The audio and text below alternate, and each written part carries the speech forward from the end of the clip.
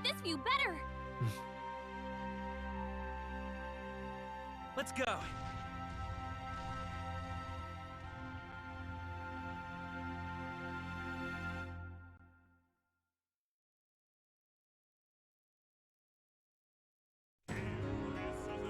Wow, made it to the credits and the actual end.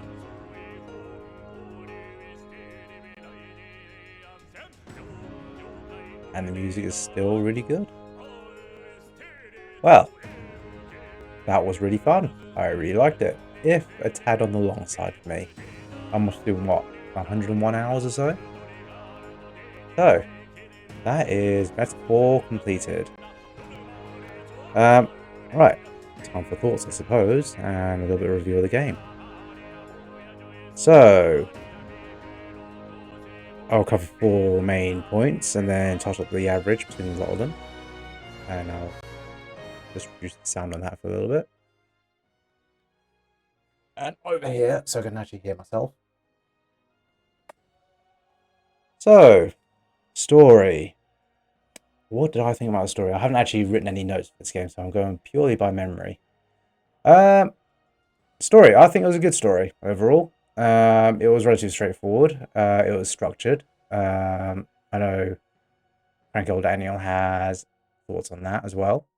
But I think the structure worked well in terms of playing a game, getting from point A to point B as a reason for you to go around the country for more progression, a bit like Yuna journeying from temple to temple in Final Fantasy X.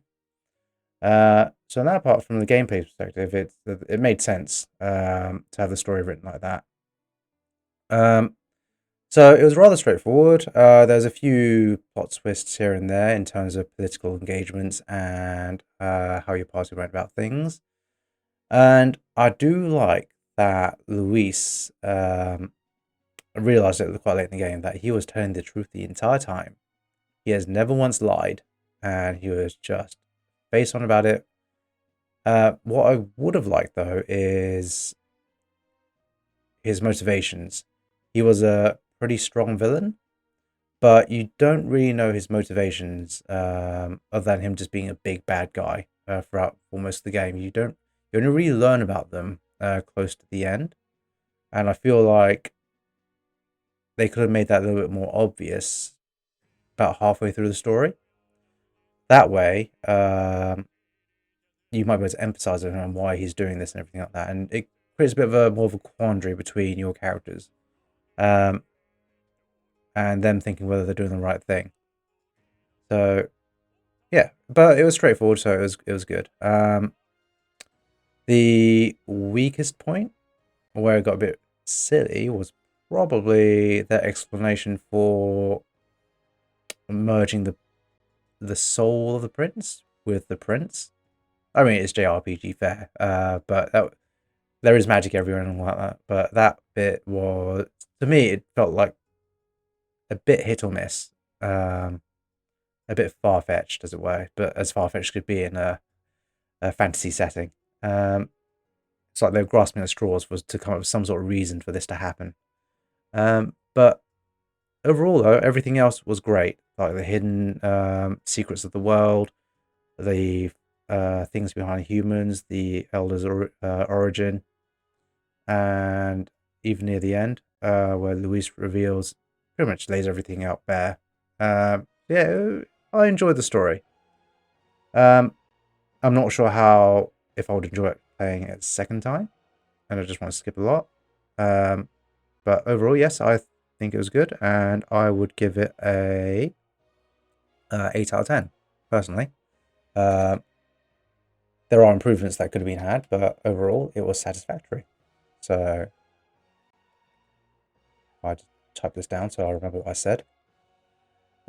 Music. Music was fantastic. I loved every single track that has come across this game, and the monk-like singing was a brilliant touch. There's not a lot to say aside from that, but I would probably go out on my way to find the soundtrack and add it to my own playlist and listen to it. So yeah, music for me was 10 out of 10, like hands down. No reason for it not to be.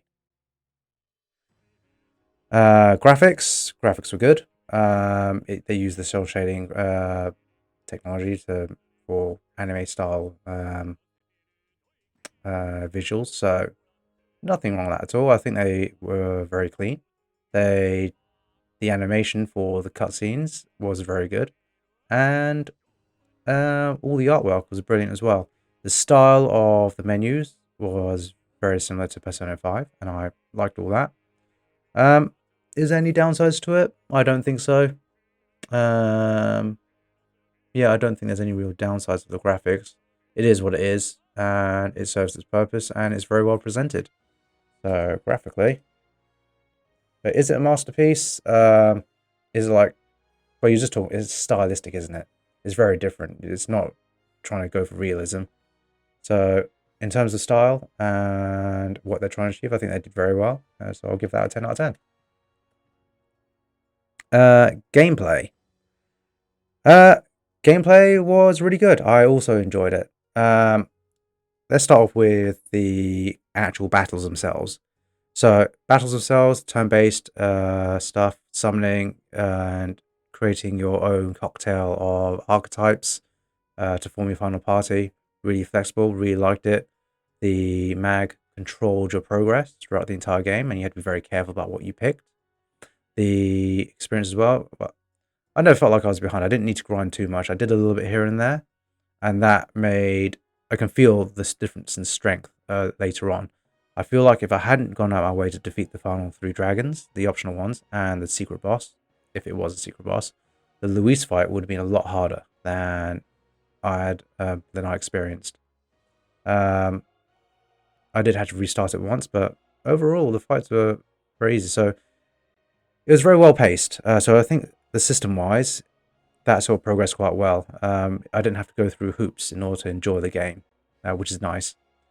Um, in terms of other stuff, the only real gripes I have with the system is the combat system anyway, are their names and keywords. Often I'd go to a shop and it tell me it gives me this ability. I have no bloody idea what that meant. So I ended up not buying them. So yeah, a lot of time the abilities would have random names on them. I'd have no idea what they do. So for example, there would be an item that would cure a particular a keyword instead of being really obvious about it. So I feel like they could have done something about that or be a little bit more on the nose. I managed to work around it. It wasn't too much of a problem, but yeah, that's probably one gripe. Relationships between all the characters, it's fine. It's the Persona team doing the Persona team thing. Um, I can see why they did it. As a concept, I don't mind it. As a thing put into practice for this particular game and how practical it was, I think it was fine for the most part. I was talking to Cranky about my particular gripe with when they introduced Juno, Yufa, and Basilio. Poor Basilio, as you've seen, I didn't use him at all. He came in far too late in the game, and all his I didn't make really use any of his relationship um, upgrades. He was just far too late, and I had other people to prioritize. So pacing wise, I feel like they might be able to introduce them a little bit earlier on, give you access to their stories a lot quicker. Instead of it felt like as soon as Juno got in, I couldn't actually do much with her until I finished Virgo Island and did a bit of a quest. Then it unlocked her quest, but at that point I had Yufa. So it was sort of like a race between Yufa and Juno trying to catch up with each other as well as maintaining what the existing party with Heisme and everything else.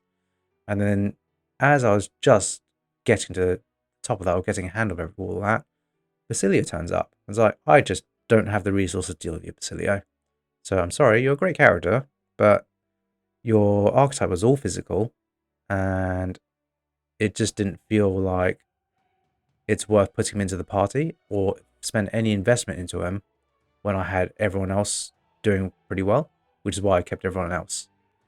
Uh, so yeah, in terms of gameplay, there's some gripe there, but overall, I enjoyed the combat, which is the majority of the game, and the Persona side quests were fine. So I'll give it a 7.5 out of 10, I suppose, for gameplay. So, with that in mind, the final score would be... So that's 8 plus 10 plus 10 plus 7.5 equals that. And we divide that by 4. So 8.87 out of 10. Dear guest, from a world I shall never know. So 8.87 overall. The greatest seeker, Romeo. Yeah. So 8.87 out of 10 overall for gameplay. So yeah, I think that's a fair score. It's close to 9 out of 10. It has its flaws, but the flaws are easily overlooked because the rest of the game was brilliant. So yeah, oh yeah, some of the writing as well was fantastic, but some of the side stories was a bit of a bleh. I didn't particularly enjoy Barden's story, but I quite liked Brigitte's and Maria's. Really liked Yufa's. So yeah, there's hit and miss. I would have liked to learn more about Nanidia as well. They're an interesting race. I've said it before, but they were one of the 3 races that has seen the most prejudice. But the Parapus got a lot of attention. The Elder got a lot of attention because you played as an Elder. But the Nidia, they were sort of, yeah, there's not a lot at all spoken about them. The most you got was in Juna's story where she suddenly turned into a childlike thing.